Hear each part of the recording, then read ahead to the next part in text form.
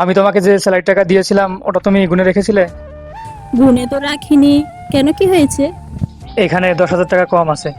10,000 টাকা? তুমি গুনে রাখুনি? আমি যখন তোমাকে টাকাটা দিয়েছিলাম তখন এখানে পুরো টাকাটাই ছিল। এই নাও, পূজা শ্বশুর বাড়ি যাচ্ছে, ওকে এই 500 টাকাটা দিয়ে।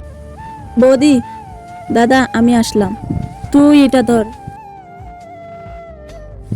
বৌদি, এটার আবার কি দরকার ছিল? তোমার আর দাদার থেকে এত ভালোবাসা পাই আমি, এটাই অনেক আমার কাছে। পায়েল। হ্যাঁ মা, যাও কিচেনে গিয়ে দুধটা জাল দিয়ে এসো। ঠিক আছে মা। এই নে, এটা রাখ। এটা কি মা?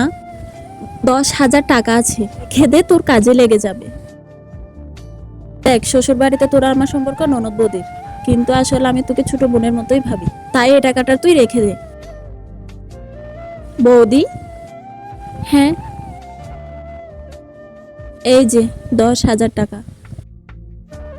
সোফা নিচে আমার কানেরটা পড়ে গেছিল, ওখান থেকে পেয়েছি, ভাবলাম তোমাকে দিয়ে দিই।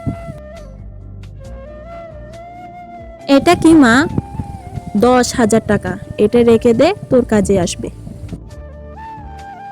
আগের জন্য আমি নিশ্চয়ই খুব ভালো কাজ করেছিলাম, যার জন্য আমি তোকে পেয়েছি।